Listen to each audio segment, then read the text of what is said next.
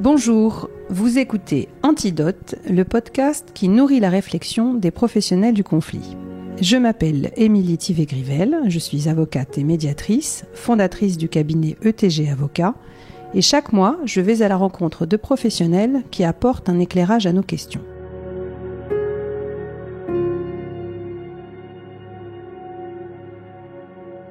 Comment dépasser ces conflits qui entravent nos vies ? Comment rétablir un dialogue avec cet autre avec lequel on doit faire ?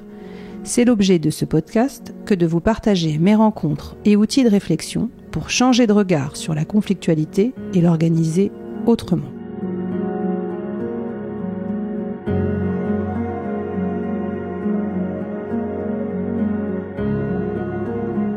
Aujourd'hui, je reçois Olivier Chamberloir. Médiateur, formateur et superviseur en médiation, Olivier, tu es un des représentants en France du courant de médiation transformative. Tu as d'ailleurs traduit de l'américain au français l'ouvrage de référence de Bush et Folger. Alors, il s'agit de Robert Baruch Bush, pas d'une autre famille, sous le nom « La médiation transformative, une approche non directive des conflits » aux éditions RS. Tu animes le réseau francophone faisant connaître cette approche. Tu as aussi une casquette de coach, puisque tu as fondé il y a quelques années une société de coaching et de formation, après une formation initiale d'ingénieur, puis un parcours professionnel de consultant au sein d'entreprises de conseil. Comment tu es venu à la médiation ? Et est-ce que tu te souviens, plus particulièrement, ce qui t'a fait te dire que c'était vraiment dans cette posture de tiers, et en particulier de non-sachant, que tu te sentais le mieux ? Pour répondre à ta question, c'est venu la médiation un petit peu progressivement, parce que comme tu l'as rappelé, j'ai commencé ma carrière comme consultant en organisation et management, ce qui voulait dire accompagner des entreprises, des dirigeants et leurs équipes sur des projets de réorganisation par exemple. Et donc ça impliquait, donc c'était un travail de tiers, mais qui impliquait beaucoup de justement de conseils, donc de suggestions, de travail d'experts, de sachants, bien sûr de la facilitation du dialogue et de la prise de décision commune, mais avec toujours une idée derrière la tête, des orientations vers lesquelles emmener les gens, etc. Et des convictions à afficher, un avis sur toute chose. Je caricature un peu peut-être, mais c'est ce qui était attendu. C'est pour ça que les clients payaient mon cabinet. Je dois dire que j'étais pas forcément à l'aise avec cette posture, en particulier quand j'étais tout jeune et face à des dirigeants assez capés qui pouvaient m'impressionner un peu. Et d'être propulsé comme ça, y compris d'ailleurs dans des situations parfois à transmettre un savoir que je venais d'acquérir au sein du cabinet, et d'être propulsé comme ça comme un expert ou comme un sachant sur un certain nombre de choses sur lesquelles j'étais pourtant assez débutant. J'étais pas forcément très à l'aise avec ça. Je m'en suis accommodé. Après, j'ai continué ce métier-là. Au bout de quelques années, je me suis mis en indépendant, donc j'ai continué à faire ce métier-là. C'était ma question, parce que je me souvenais plus si tu étais salarié au départ. Tu étais j'ai consultant, mais salarié comme, d'une boîte qui prestait du conseil, c'est ça ? Exactement, un cabinet de conseil qui était assez connu, qui s'appelait Bossard Consultant, qui a disparu, qui a été absorbé depuis par un groupe, par le groupe Capgemini. Voilà, et à un peu moins de 30 ans, je me suis mis à mon compte. Et j'ai continué à faire la même chose en tant qu'indépendant. Et du coup, petit à petit, un peu plus à ma manière, quoi. Donc je me suis un peu réaligné avec la façon dont j'entendais procéder, quoi, pour être plus confortable. Et donc, dans une posture que j'ai cherché à rendre de moins en moins, justement, sachante ou directive.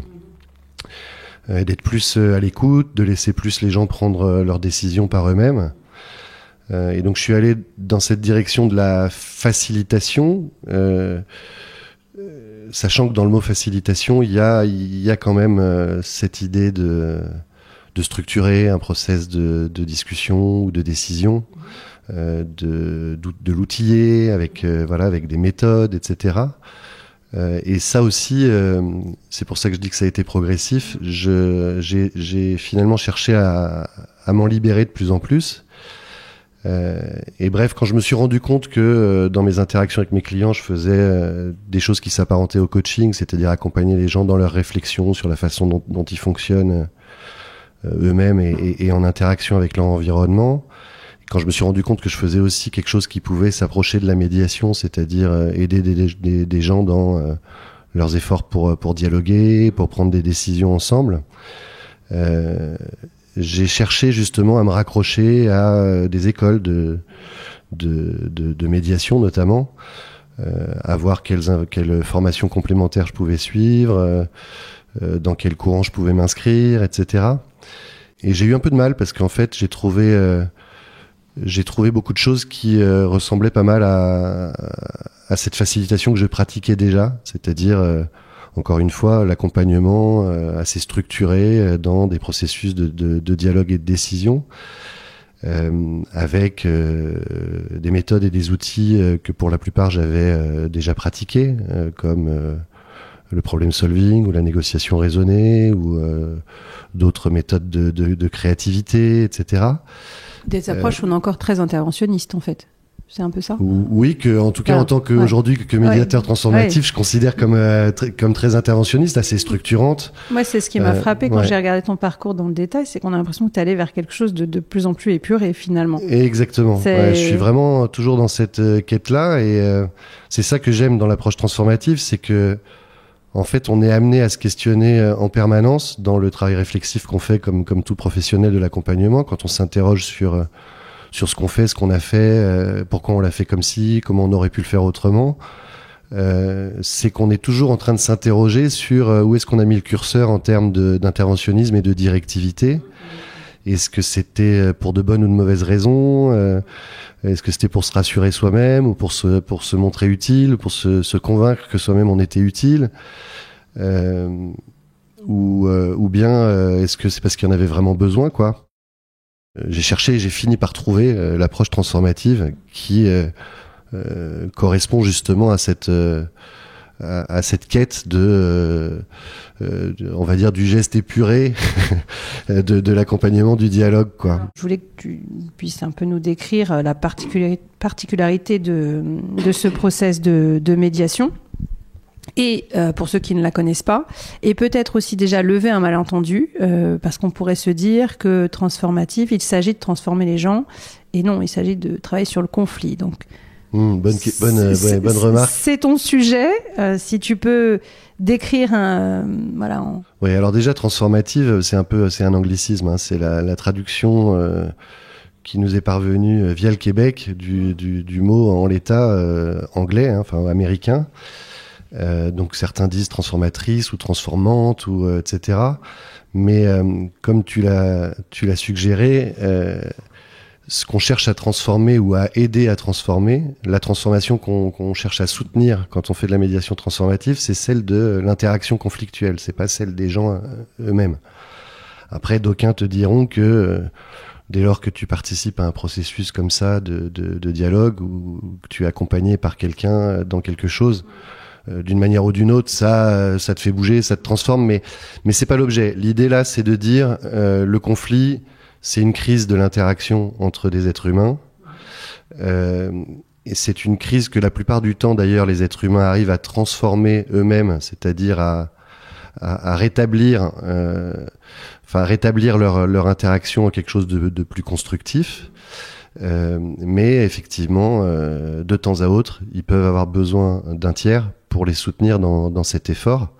Et donc la transformation dont on parle, c'est la transformation de l'interaction conflictuelle en un dialogue devenu ou redevenu constructif. Voilà, quelque chose que les gens, encore une fois, a priori, savent faire par eux-mêmes, simplement de par leur humanité, hein, et leur dimension sociale, et qui est un processus naturel dans lequel on leur donne un coup de pouce en tant que médiateur. Alors, un coup de pouce pour reconquérir une autonomie personnelle. C'est moi ce qui m'avait vraiment plu et ce qui je trouve, est Exactement. très responsabilisant. Parce que ce que j'ai retenu de ton intervention qui avait marqué les esprits au CNAM, c'est que on est vraiment dans une logique où on va essayer de les aider à retrouver en eux des ressources pour retrouver ce calme qui fait complètement défaut pendant ce moment de grande crise. Donc c'est quelque chose qui est très... Exactement, c'est vraiment... je trouve pas les mots, mais... alors c'est l'empowerment shift, si j'en parle correctement. Ah oui, alors l'empowerment shift, c'est effectivement les mouvements que les gens opèrent pour reprendre le contrôle d'eux-mêmes. Et c'est ce à quoi on est le plus attentif en médiation transformative. Et effectivement, tu as complètement raison, c'est central, c'est-à-dire que quand on fait de la médiation transformative, on met un petit peu de côté la recherche de solutions, en considérant que les personnes sont, ça c'est assez classique de le dire, les meilleures expertes de leurs solutions et de leurs problèmes et les plus à même de trouver leurs solutions dès lors qu'elles retrouveront leur capacité à dialoguer de façon constructive. Et donc on considère la solution comme, on va dire, un bénéfice collatéral ou un bénéfice de second niveau par rapport à une interaction transformée justement qui a retrouvé son caractère constructif. De même, on considère que la fameuse reconnaissance mutuelle qu'on peut attendre des personnes en conflit est quelque chose qui ne peut pas être forcé, qu'elle doit être volontaire et elle doit découler d'une décision des personnes de se réouvrir l'une à l'autre et donc d'une capacité retrouvée de chacune à prendre cette décision.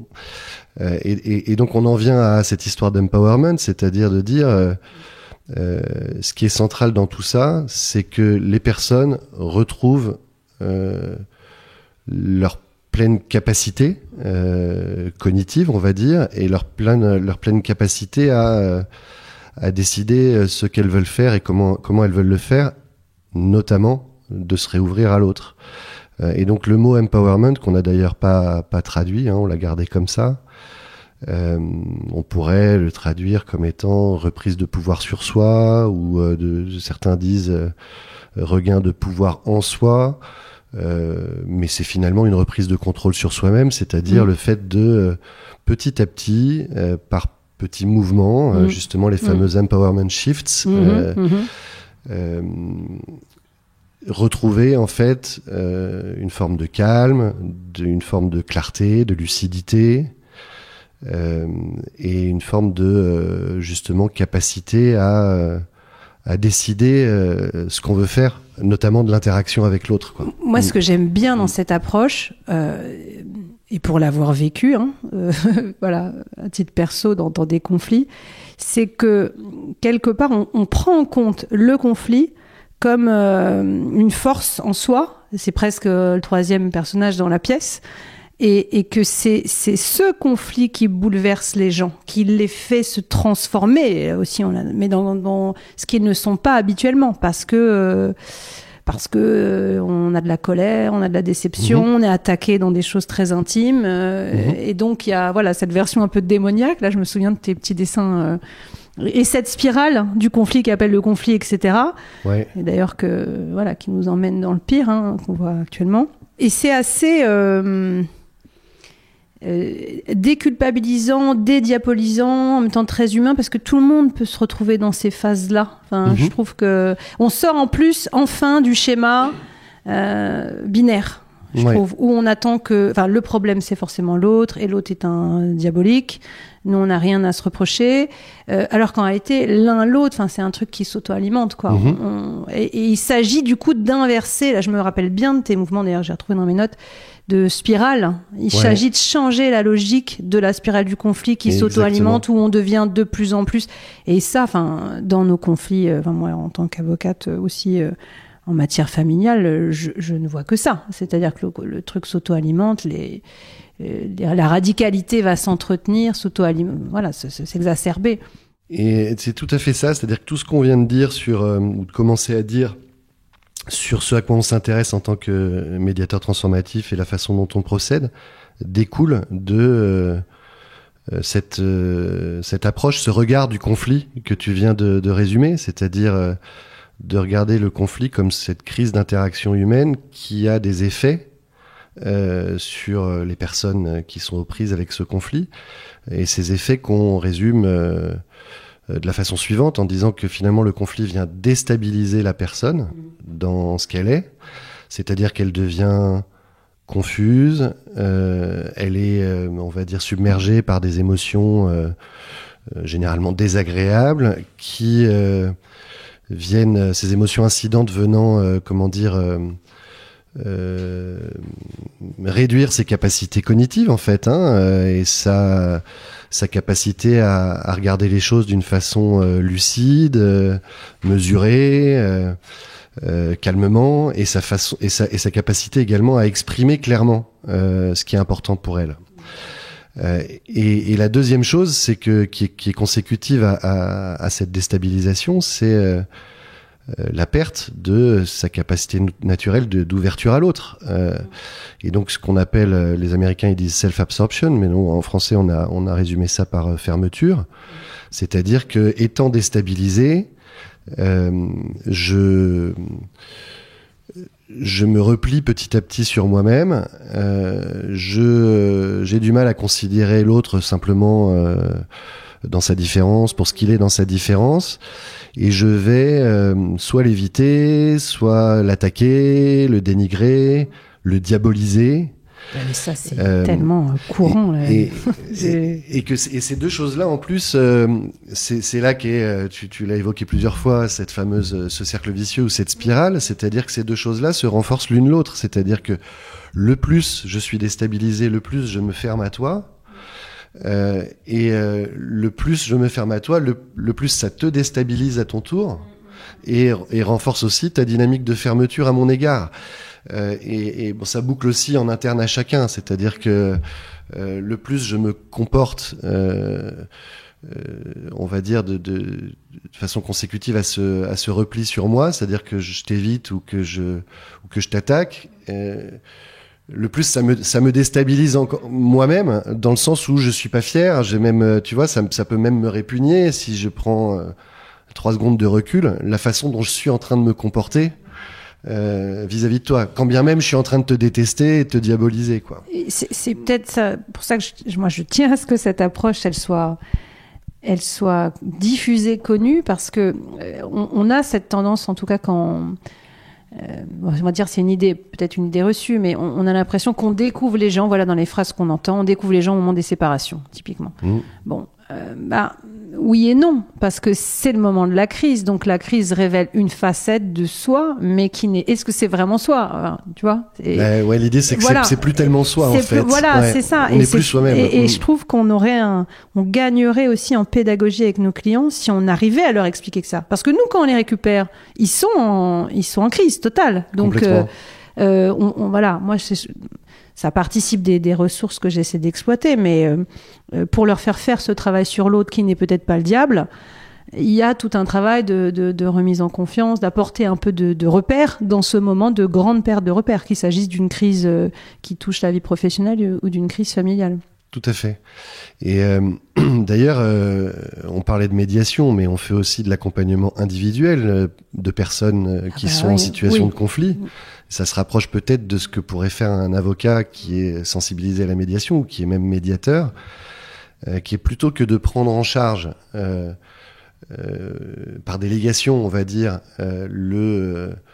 les manifestations de la fermeture à l'autre, c'est-à-dire une forme et on va les amplifier en plus, de c'est défense ça qui est... ou d'attaque, etc., par délégation de son client, plutôt de l'aider à prendre du recul, de reprendre le pouvoir sur lui-même pour réfléchir à des façons peut-être alternatives de gérer la situation. Et là, il y aurait un gros boulot à faire dans les écoles d'avocats, en fait. Parce que nous, on appuie au contraire. Enfin, nous, voilà, l'avocat qui reçoit la personne, s'il n'a pas d'autres repères que ceux de base du contentieux, on va presque le conforter dans sa certitude que l'autre est le diable, qu'il est ceci, qu'il est cela. On va lui donner de l'empathie. Donc, on va pas l'aider à sortir de sa croyance du moment.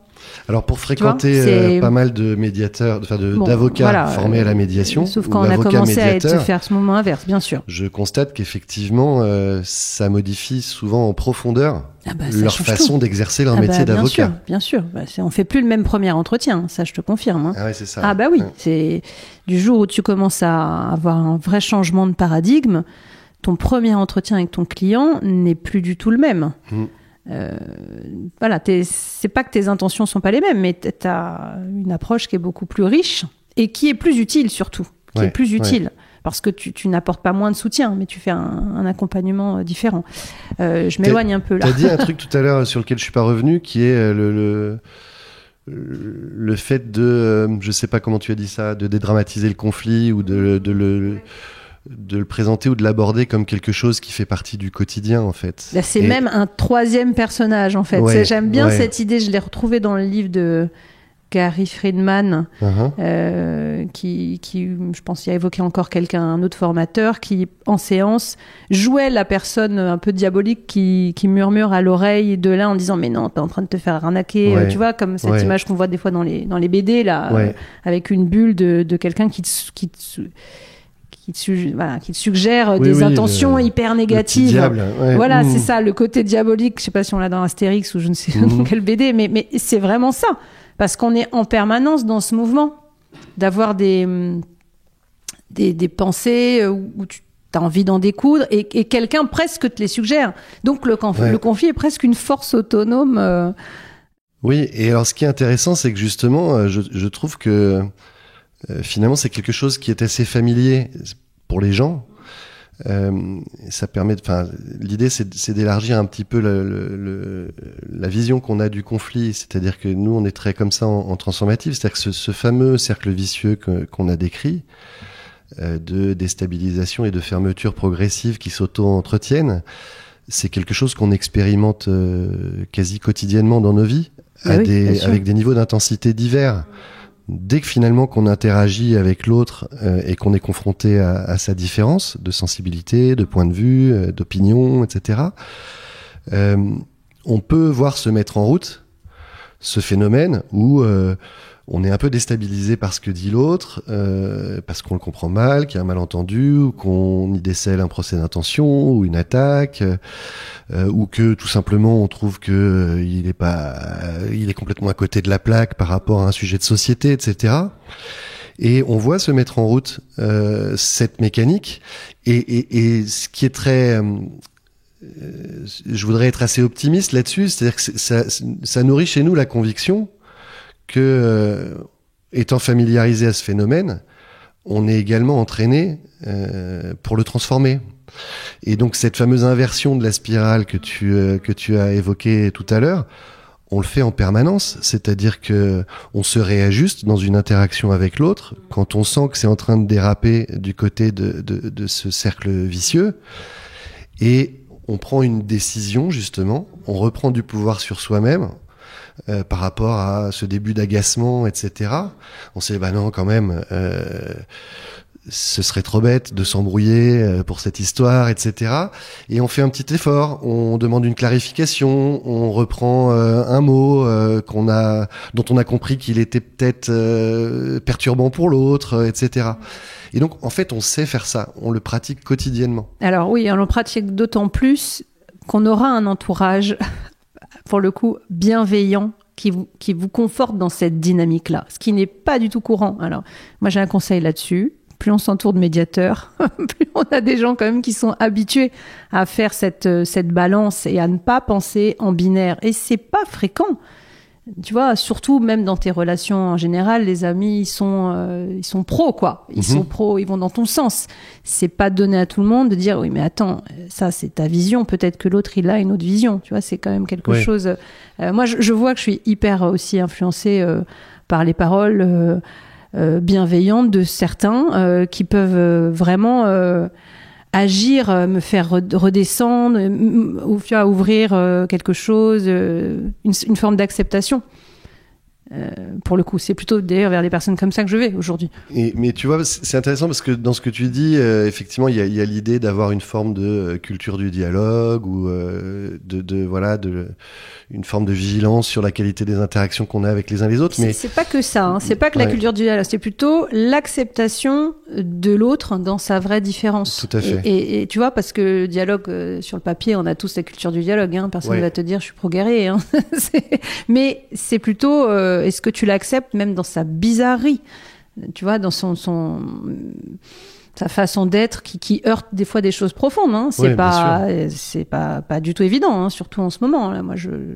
Là, l'ouverture, c'est compliqué de la cultiver. Là, quand tu vois des prises de position qui peuvent heurter des choses. Bien sûr, sur des sujets qui sont graves. Sur des sujets graves, là, on est en plein dedans. Là, mais si on revient à des situations beaucoup plus anodines du quotidien. Moi, j'ai pour coutume de dire que les personnes avec lesquelles on s'engage le plus souvent dans cette spirale négative de l'interaction conflictuelle, c'est les personnes avec lesquelles on est le plus proche et avec lesquelles on interagit le plus fréquemment. C'est-à-dire que si tu passes 24 heures en tête-à-tête avec quelqu'un, avec ton conjoint, avec un enfant de ta famille, etc., et que tu parles de choses, où tu es amené à donner des avis, etc., tu as toujours potentiellement cette mécanique qui se met en route, et tu as toujours, quel que soit le background de chacune des personnes, sa formation, sa sensibilité justement à la nécessité ou l'utilité d'être ouvert à l'autre, y compris dans sa bizarrerie ou dans ses positions ou ses points de vue qui sont différents, tu as toujours ces mécanismes de rappel qui se mettent en route parce que ok, on a envie d'être soi-même et de s'affirmer dans sa différence, mais en même temps on a consciemment ou inconsciemment l'envie, le besoin d'interagir avec l'autre, et c'est ces deux choses-là qui se nourrissent d'ailleurs, hein. On devient soi-même ou on est vraiment soi-même que en interaction avec les autres, parce que c'est ça qui nous amène à affirmer notre identité, c'est ça qui nous amène à l'enrichir aussi par influences successives, par comparaison, etc. Et donc ce qui est super important pour nous en médiation transformative, c'est d'être profondément convaincus que intrinsèquement les êtres humains, y compris quand ils sont partis assez loin dans cette spirale négative, ont à la fois la motivation et la capacité d'inverser la tendance. Parce que ils ont ce besoin, d'une part, de clarifier ce qui est important pour eux et d'affirmer leur singularité, et d'autre part, de rester connectés à l'autre. Oui, quand il y a une volonté. Voilà, ça n'y a pas toujours de volonté. Pas toujours. Mais c'est vrai que quand même très très souvent... Une volonté de rester en lien, tu vois. C'est d'ailleurs... Bien sûr. Tu peux ne pas avoir la volonté de rester en lien, et même il peut même être salvateur pour tout le monde de rompre la relation. Mais ce que je veux dire, c'est qu'au quotidien, on passe son temps à partir dans des dynamiques conflictuelles et à les inverser, à les transformer, y compris quand on se fâche assez fort, et que derrière, sur l'initiative de l'un ou l'autre, on rentre dans un processus de clarification et de réconciliation. On se dit, tiens, il faudrait qu'on se parle du truc, etc.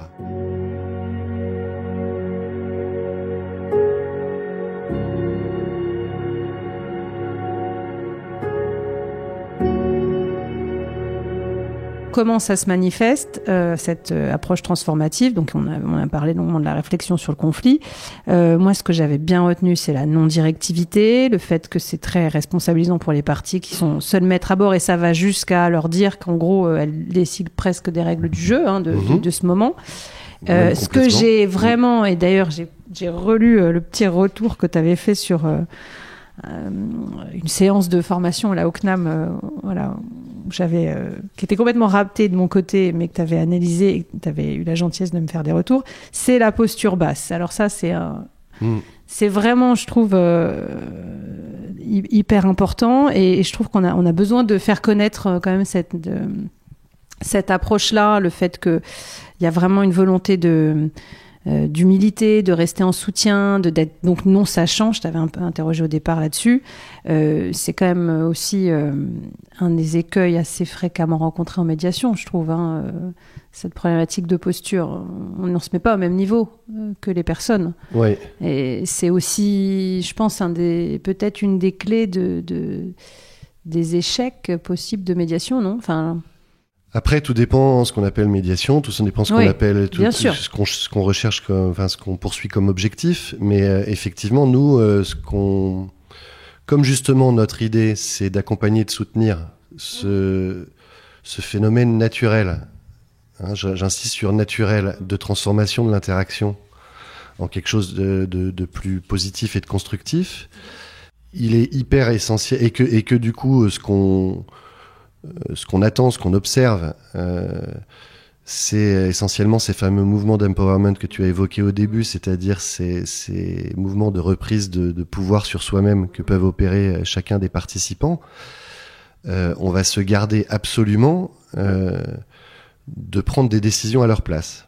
On considère que c'est en prenant des décisions même microscopiques que les acteurs, petit à petit, reprennent du poil de la bête, si j'ose dire. Et on dit c'est en forgeant qu'on devient forgeron. C'est en décidant qu'on retrouve sa capacité à prendre des décisions et qu'on reprend le contrôle. Et donc on va s'interdire absolument de se mettre en surplomb par rapport aux participants. Et de les devancer, ça c'est très important, c'est qu'on dit en transformative, on reste toujours dans le sillage immédiat des personnes et de leurs conversations, mais jamais on ne les précède. C'est-à-dire qu'on n'a pas de projet pour eux, et encore moins de choses à leur imposer. Et donc tu évoquais par exemple les règles de l'échange, donc de la conversation, de la conversation. C'est vrai que souvent en médiation, il est de coutume d'entendre que les participants ont la main sur le contenu de leur échange et que le médiateur contrôle le process.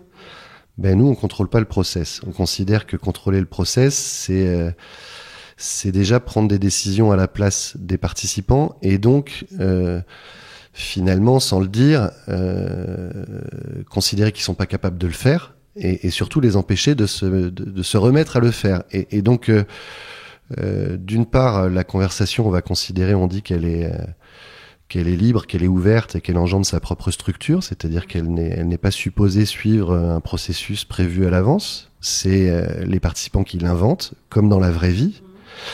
Parce qu'encore une fois, on vient juste donner un coup de pouce à quelque chose qui est supposé se passer en autonomie dans la vraie vie.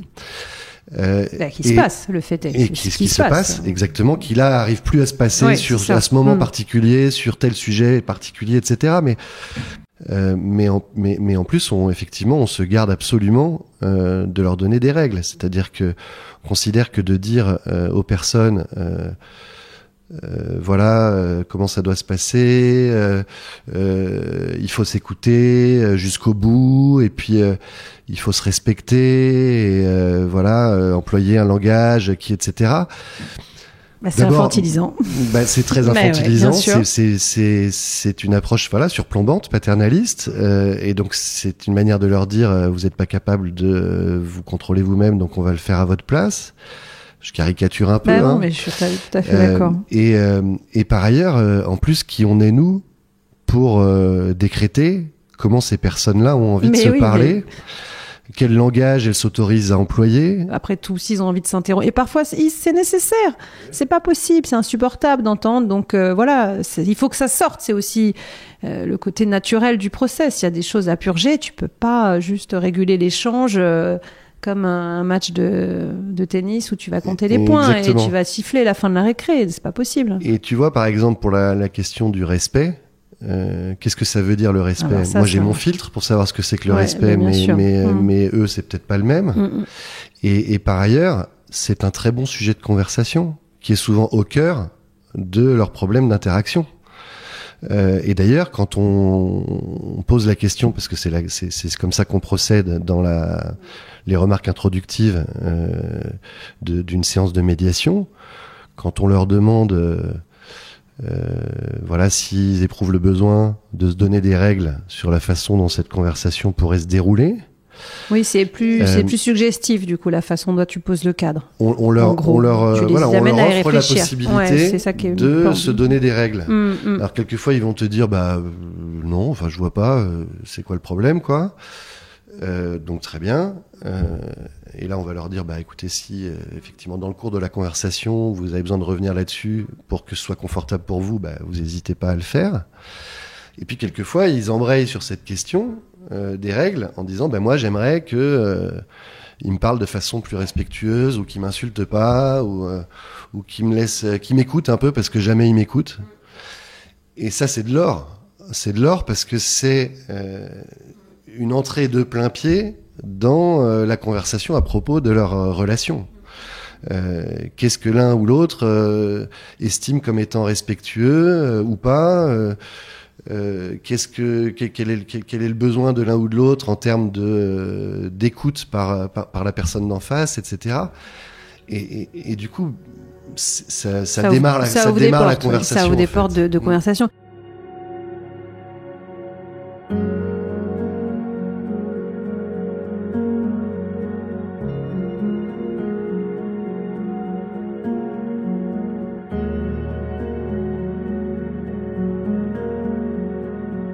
Je me demandais s'il n'y avait pas un moindre engagement du médiateur dans cette approche-là. Hier soir, en posant la question, parce qu'après tout, c'est pas dans ce que j'ai lu, c'est pas le sujet. Le médiateur, son rapport à ses émotions, sa connaissance de soi, sa subjectivité, autant en médiation humaniste, c'est vraiment le cœur du sujet. C'est un chemin de connaissance de soi, on va dire la porte d'entrée vers la médiation humaniste. Autant je lis pas grand-chose sur le sujet, sur la personne du médiateur, mais finalement, à t'écouter, je me dis, il faut vachement de confiance pour y aller avec le minimum, en disant, allons-y, quoi. C'est un peu vous qui fixez les règles, faut quand même avoir une sacrée foi. Donc c'est du coup nécessairement la nécessité d'ancrer dans quelque chose de bien posé quand même. Dans ce sens-là, ça converge pas mal avec l'approche humaniste. Et l'engagement, j'ai envie de dire, il est total en fait. C'est-à-dire que tu peux pas faire autrement en fait. D'abord, t'as évoqué plusieurs choses. La première, c'est effectivement une forme de confiance, de conviction dans ces mécanismes. C'est-à-dire que tout ce qu'on a dit précédemment sur la capacité des gens à faire par eux-mêmes, sur cette motivation et cette capacité inhérente à s'affirmer tout en restant ouvert à l'autre et à sa différence, il faut y croire profondément pour s'interdire, y compris quand ça chauffe fort, de reprendre le contrôle et d'inviter au calme et justement de redevenir un petit peu directif, quoi. Et t'as une crainte toi par rapport à ça, parce que c'est quand même un des sujets là. Plus j'avance dans le monde de la médiation, plus je vois que c'est une peur assez largement répandue que de se confronter à la violence en médiation. Alors la violence verbale, le plus souvent, mais c'est quand même un de nos gros enjeux, puisqu'on va au cœur du conflit. Donc on a ça sera les questions d'après, mais alors effectivement c'est un vertige. Tu te mets au bord de ça, quoi. Donc toi-même, ça quand même il y a. Alors effectivement, ça te percute. Voilà, ça percute. Ouais. Et effectivement, ça fait partie des sujets qu'on travaille beaucoup quand on fait de la formation à l'approche transformative. C'est cette capacité à se confronter à une conflictualité intense, à l'expression intense des émotions et potentiellement à quelque chose qui peut se rapprocher de la violence. De s'interdire une forme de régulation trop directive et de maîtriser également les échos, les impacts que ça peut avoir sur soi-même. Alors comment tu te prépares, toi, pour une séance de médiation transformative ? Écoute, je me prépare pas plus que ça. Je m'offre, on va dire, 5 minutes de calme, si je peux, avant le démarrage. Ça peut paraître paradoxal, mais en fait, comme on n'est pas vraiment rentré dans le détail de ce qu'on faisait pas, etc., mais pour revenir à ce que tu disais précédemment sur l'engagement, je disais qu'il est plein et entier parce que, en fait, comme on ne précède pas les participants, qu'on n'a pas de projet pour eux, la contrepartie, c'est que on est pleinement présent dans l'instant à ce qu'ils expriment, ce qu'ils donnent à voir. Tu poses une limite de temps, toi, dans tes réunions, par exemple ? Alors, on se donne un créneau, en général, oui, pour que tout le monde ait une bonne gestion de son agenda. Mais de quel ordre ? Parce que c'est pareil, ça aussi, tu as des écoles différentes. T'en as qui vont te dire, moi, ça peut durer 3 heures, 4 heures, 5 heures. Ça, écoute, quand c'est de l'interpersonnel, que c'est 2 personnes, ou quand c'est éventuellement 3, je fais rarement plus de 2 heures. En général, je fixe un créneau de 2 heures. On fixe ensemble un créneau de 2 heures et ils ont toujours la possibilité de s'arrêter plus tôt. Ah oui, c'est plutôt de s'arrêter. Oui, parce que prolonger, encore faut-il que les gens soient disponibles, y compris moi-même. Donc, bien sûr. Et si quand on arrive au bout du créneau, c'est toujours eux qui décident ce qu'ils veulent faire après.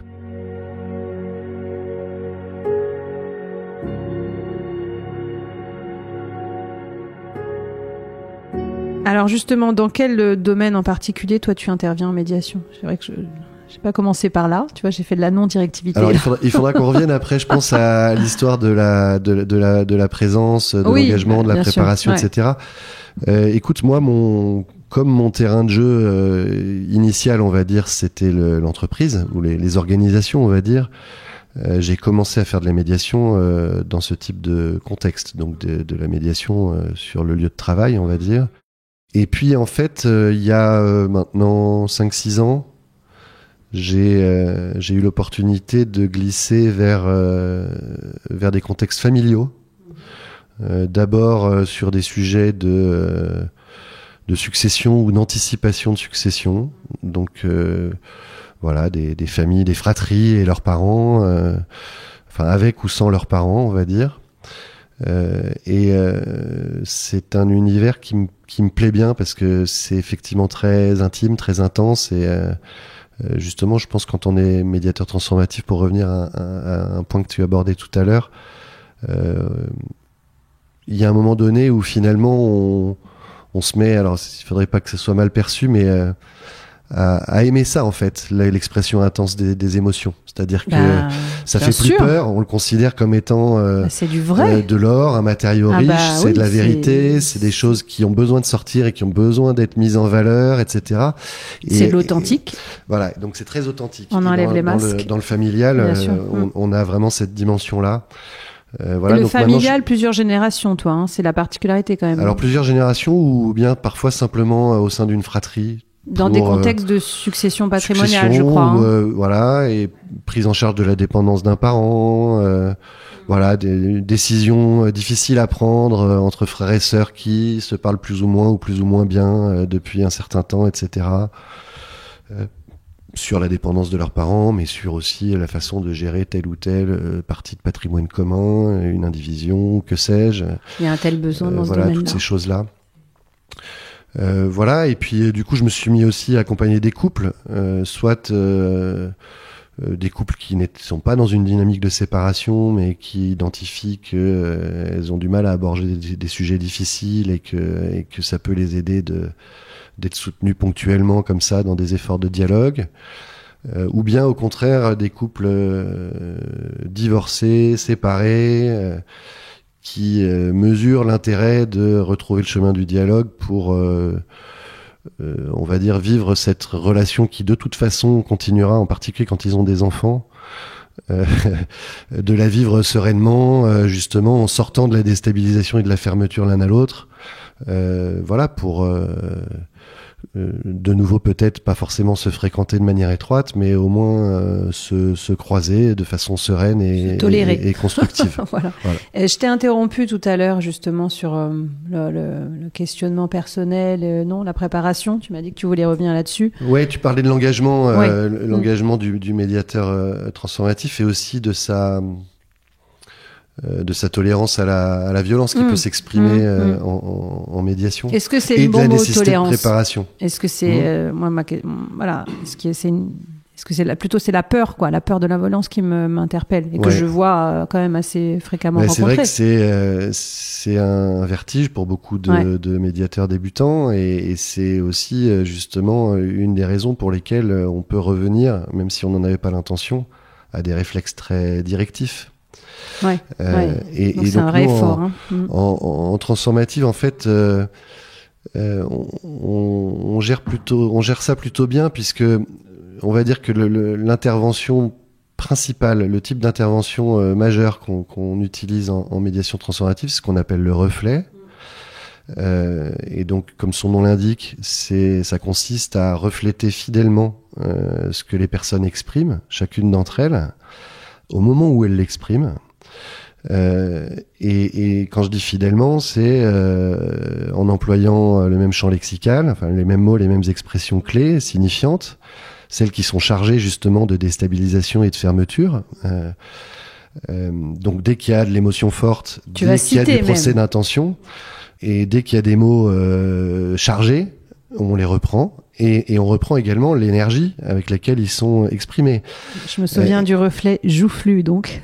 Oui, notamment on dit joufflu ou charnu, c'est-à-dire que c'est riche comme reflet. Voilà, c'est pas juste un petit miroir qui reprend les 3 derniers mots du de la personne. Ça, c'est la version médiation humaniste où effectivement tu as une phrase clé, je sens la tristesse, je sens la colère, etc.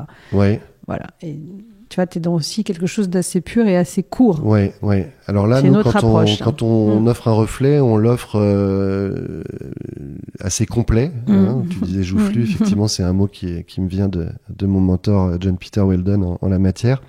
C'est-à-dire qu'on donne à voir, et c'est là que je voulais en venir, on donne à voir à la personne qui vient de s'exprimer de manière brute, et la plus complète possible, ce qu'elle vient d'envoyer. Et oui. C'est la même intention du coup que le miroir. Pour qu'elle puisse se rendre compte, parce que comme on a dit, la personne elle est déstabilisée, elle est confuse, elle manque de lucidité, puisqu'elle est aux prises avec ce conflit et ses effets incapacitants.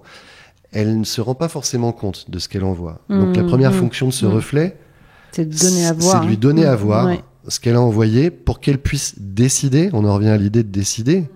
Si oui ou non, c'était ça qu'elle voulait envoyer. Et donc décider si elle veut le réaffirmer, le compléter, le corriger, le nuancer. Et si elle décide de le nuancer, notamment, on va considérer qu'en plus d'être un mouvement d'empowerment, c'est-à-dire une décision de modification de ce qu'elle a voulu exprimer, c'est un mouvement dit de reconnaissance, c'est-à-dire un mouvement d'ouverture ou d'attention à l'autre, parce que si je reprends un mot dont je me suis rendu compte qu'il était trop violent à ton égard, c'est une manière de prendre soin de toi et de me réouvrir en fait à toi, tu vois. Et donc tu ne vas pas dans de la reformulation là. Ah non, il n'y a pas de reformulation, mais justement, il n'y a pas de recherche de valeur ajoutée moi, je suis pas à l'aise avec la reformulation là-dessus. Et je trouve que toujours cet aspect perroquet me dérange. Et puis en plus, t'es presque dans de l'interprétation si tu reformules. C'est pas les bons termes. Non, j'ai pas dit ça, j'ai dit ça. Ça veut pas dire la même chose. Donc, alors c'est marrant parce que il y a une fidélité du coup dans le fait que ce soit très fidèle. Justement, quand on forme des médiateurs transformatifs, ils ont peur. Ils peuvent avoir peur qu'ils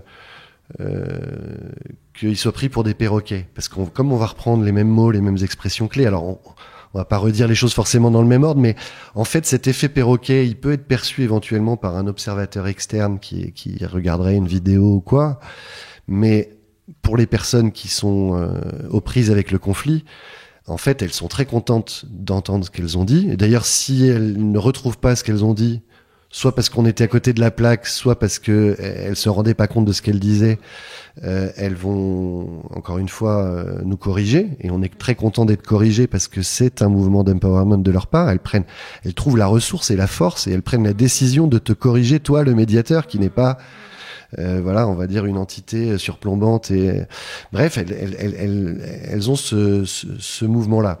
Voilà, elles se rendent pas compte qu'on fait le perroquet, mais c'est pas un perroquet, là je corrige, c'était pas mon propos de dire, c'est par rapport à de la reformulation basique telle que tu peux la prendre en l'approche collaborative, ça fait partie du truc, reformuler, et la reformulation même elle est croisée, c'est-à-dire qu'on travaille à 4, les 2 avocats, les 2 clients, et l'avocat de l'autre va reformuler ce qui va être dit.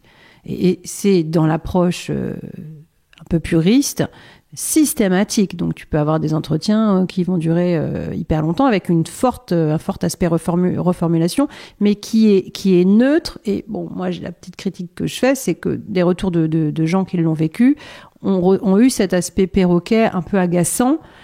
et qui en plus leur a fait perdre de l'attention, tu vois. Et là, de ce que j'ai compris du reflet joufflu, donc c'est qu'il y a, c'est vraiment la miroir. Tu mimes même avec le geste, la façon dont les choses. Il y a presque un truc corporel aussi. Tu vas bouger en disant toi, pour toi, c'est comme si, c'est comme ça. Bah, tu vois, tu vas reprendre les émotions. Et quelque part, on a besoin de ça quand on est en médiation, d'être entendu. Et peut-être aussi d'être entendu dans nos émotions, dans l'indignation que tu peux exprimer à un instant T. Donc, je crois que c'est plutôt... principalement... C'est apaisant pour la personne qui le vit. Complètement. Et donc, ça va nous permettre de revenir sur l'idée de la violence, entre guillemets, ou en tout cas au moins de la violence verbale. C'est-à-dire que, bon, effectivement, le reflet n'est pas systématique, mais on l'offre, on le produit quand on arrive à se glisser dans la conversation, bien sûr. Y compris d'ailleurs de manière un peu volontariste. Quelquefois, il faut se faire un petit peu de la place sans brusquer les gens. On l'offre en priorité quand on a été soi-même percuté, impacté dans son empathie qu'on a quand on écoute chacun des participants par justement les manifestations de cette déstabilisation et de fermeture. C'est-à-dire que on va offrir des reflets en priorité quand les gens expriment des émotions fortes, expriment leur désarroi, expriment leur confusion, ou en tout cas la montrent, et également quand elles expriment leur fermeture à l'autre, c'est-à-dire principalement, puisqu'on va parler de violence, leur hostilité, leur procès d'intention, leurs attaques, etc. Et on va aller justement essentiellement là-dessus. On va pas refléter des trucs qui sont pas chargés. C'est l'expression du besoin, l'émotion, en même temps. C'est que tu as touché à des choses fortes, puisque derrière, il y a des valeurs, etc. Exactement. Et donc, justement, dans cette idée de leur donner à voir ce qu'elles ont exprimé, et en même temps, du coup, de donner aussi à voir à l'autre ce que la personne qu'on reflète vient d'essayer d'exprimer, on leur offre la possibilité de prendre conscience de ce qui est exprimé et d'en faire quelque chose, de faire des choix. Et donc, pour en revenir à quand c'est violent, si les gens deviennent effectivement très agressifs, très violents, voire même se lèvent de leur chaise c'est pas rare, hein. En esquissant un mouvement qui pourrait dégénérer vers une vraie violence physique, on va pas leur dire calmez-vous, ça se fait pas. On va leur donner en reflet la même violence. Ouais. Et en fait, ça n'est pas directif, ça n'est pas censeur, mais en revanche, ça a un effort de régulation, un effet de régulation qui est extrêmement puissant, parce que la personne est confrontée à l'effet que ça fait. De manière brute à ce qu'elle vient d'envoyer, quoi. Et là, elle peut se dire, peut-être que je suis un peu à côté de la plaque, que c'est pas exactement ça, ou que je suis pas dans la bonne mesure. Et donc ça peut concourir à cette fameuse reprise de contrôle sur elle-même et cet ajustement à l'autre dans leur expression. À t'écouter, je me dis qu'on a tous besoin de reflets joufflus. Non, mais c'est vrai, puisqu'on n'a pas forcément conscience de ce qu'on envoie. Exactement. Et le plus tu es embringué dans cette spirale négative, le moins tu as conscience de ce que tu envoies. Et donc c'est vraiment le truc majeur. Un jour, ma fille qui avait 4-5 ans, je lui fais gros yeux, j'étais hyper fâchée contre elle, etc. Elle me dit, mais tu me fais peur, t'as l'air d'un loup. Oh purée, ça m'a cassé, tu vois. Tu vois, le feedback d'un gamin, ça met bien. Ouais. Alors là, on va pas dire... C'était pas du reflet joufflu, mais non, mais bon, tu vois, ça a un peu la même fonction. Elle te renvoie. Elle m'a renvoyé un truc que je renvoyais à ce moment-là, et de ma posture d'adulte, etc. Il y avait... Exactement. Et du coup, si tu veux, pour faire ça, ce qui est en général ce qu'on va faire principalement quand vraiment les gens sont aux prises avec ces effets déstabilisants du conflit. Pour faire ça, t'as pas besoin d'avoir anticipé quoi que ce soit ou de te préparer à quoi que ce soit. La seule préparation que tu dois avoir, c'est celle dont t'as besoin, et ça dépend peut-être des gens, pour être pleinement disponible à ce qui survient dans l'instant T. Et donc pour pouvoir donner cette empathie, cette écoute pleine et entière, en fait, cette pleine présence à chacun de tes participants, à chaque instant de la conversation, sans faire des plans sur la comète de ce qu'on pourrait faire après, et sans se prendre la tête non plus sur ce qui s'est passé avant. Ce qui est important, c'est ce qui se passe dans l'instant. Tu restes dans le sillage immédiat et tu leur donnes à voir ce qui ce que tu as ressenti finalement dans ton empathie comme étant important pour eux dans cette conversation qui se déroule sous tes yeux. Donc je te rejoins, la disponibilité qui est nécessaire, ça me paraît compliqué de l'avoir en étant seul en plus, parce que t'es pas en comédiation là, sur une période plus longue que 2 heures, parce que déjà physiquement on n'est pas fait pour ça, hein, avoir une attention aussi importante. Enfin, ça me paraît... Tout à fait. J'avais pas fini d'ailleurs de répondre à ta question tout à l'heure. 2 heures, c'est effectivement mon max pour de l'interpersonnel.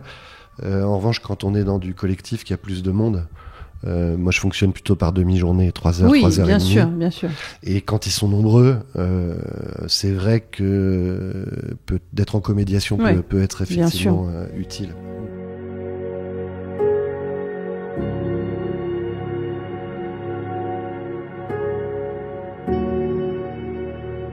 Est-ce que tu as réfléchi à ce que cela t'apportait à titre personnel ? Ah bah oui, et c'est très lié à ce qu'on vient d'évoquer, c'est-à-dire que pour bien faire ce job-là, je dirais que finalement les techniques, les méthodes, les quelques interventions qu'on n'a pas forcément détaillées, mais on est revenu sur le reflet, ce qui est le principal. C'est une chose, c'est important, c'est utile, mais ce qui est le plus important, c'est son savoir-être, c'est la gestion de soi-même. C'est-à-dire que, d'ailleurs, idéalement, c'est un peu notre Graal, c'est de dire, mais moi je suis assez convaincu de ça, on pourrait ne rien faire et ne rien dire. C'est-à-dire que dès lors que je pense pas qu'on aura forcément le temps de revenir là-dessus, mais que les conditions ont été réunies pour que les personnes acceptent de se rencontrer, elles ont déjà pris des premières décisions qui les mettent sur le chemin de cet empowerment. Et donc, il y a de grandes chances qu'elles arrivent à opérer cette transformation de leur interaction, comme on l'a évoqué plein de fois. Dès lors, si moi je suis là, que j'incarne cet espace de dialogue, et que en plus je leur donne à voir moi-même ce que eux cherchent à retrouver, c'est-à-dire le calme et l'ouverture, l'essentiel du job est fait. Et donc je vais revenir à ta question, ça veut dire que ce que je vais cultiver moi, je le dis souvent aux étudiants, aux stagiaires, la première chose à faire, c'est de s'occuper de vous-même en tant que médiateur. Arrêtez de vous prendre la tête avec ce que vous devriez faire ou pas pour prendre soin ou pour prendre en charge ces personnes. Occupez-vous déjà vous-même, d'être pleinement présent à ce qu'ils vont vous montrer et d'être vous-même en pleine possession de vos moyens, calme, serein, lucide, et vous-même pleinement ouvert à la différence des autres, hein, et à leur particularité. Donc c'est très vertueux. Et donc en fait de cultiver ça, pour revenir à qu'est-ce que ça m'apporte, j'ai tendance à penser qu'effectivement ça me fait progresser ou ça développe mes compétences émotionnelles et relationnelles. Donc ma capacité Est-ce que ta femme te l'a dit de régulation émotionnelle. Alors ça c'est un autre sujet, je sais pas s'il faut rentrer là-dedans. Je te cherche un peu là. Mais voilà, mes propres capacités de régulation émotionnelle, c'est-à-dire de maîtriser ce qui me traverse, enfin pas forcément de le maîtriser, mais de l'accepter et de le laisser passer comme un méditant, comme quelqu'un qui fait de la pleine conscience.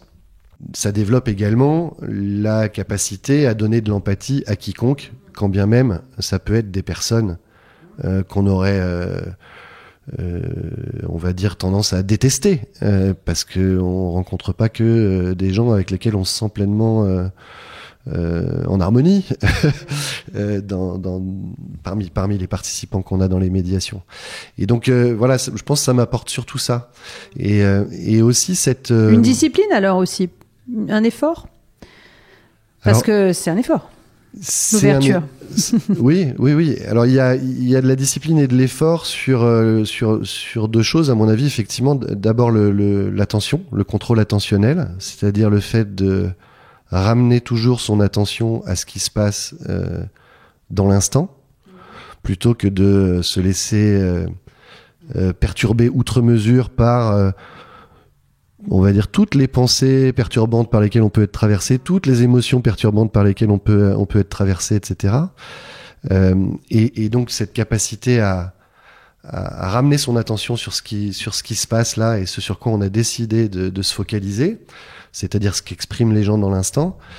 Et effectivement, la deuxième est consécutive, dès lors que je suis pleinement attentif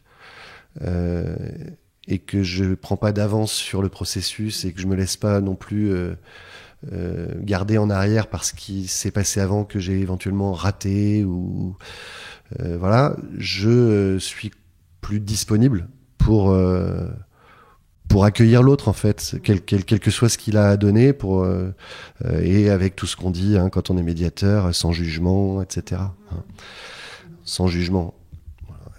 Le jugement, on l'a toujours, mais encore une fois, faut l'accepter comme étant quelque chose qui est si on en est conscient. Voilà, et dès lors qu'on est conscient, on le laisse passer oui. Et on se recale sur ce que la personne cherche à exprimer, quoi.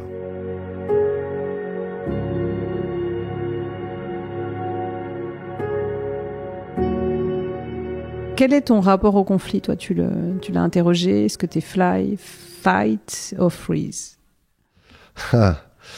Je pense que par nature, je serais plutôt flight, donc la fuite, l'évitement. D'accord.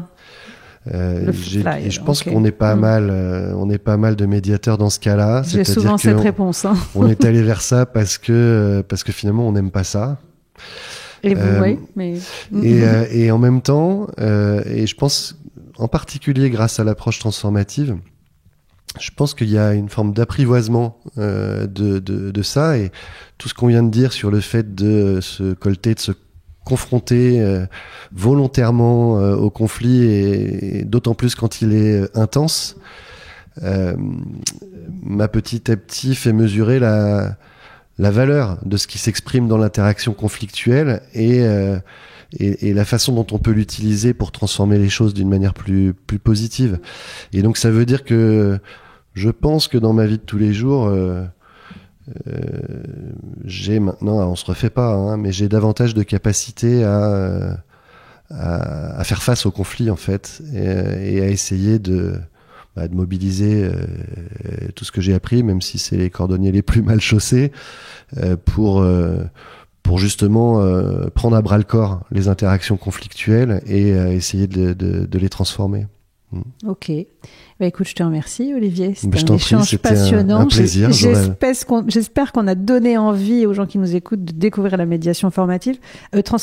Où est-ce qu'on peut les envoyer justement si on veut se former? Donc, sur ta page LinkedIn, il y a quelques infos. Ouais. Tu fais des formations. Il y a cet institut. Peut-être que tu peux pas dire quelques mots. Il y a l'institut américain, effectivement, auquel je suis affilié, dont je suis un fellow, comme on dit, qui s'appelle l'ISCT, Institute for the Study of Conflict Transformation, qui se trouve à l'adresse web transformativemediation.org, tout attaché, donc transformativemediation.org.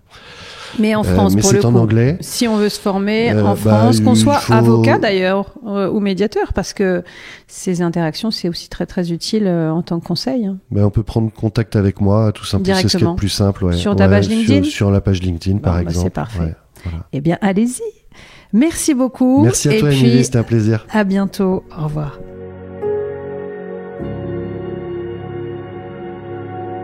Merci d'avoir écouté cet échange. N'hésitez pas à me faire part de vos remarques via mon site www.etg-avocat.com. Vous pouvez également me suivre sur LinkedIn. À bientôt.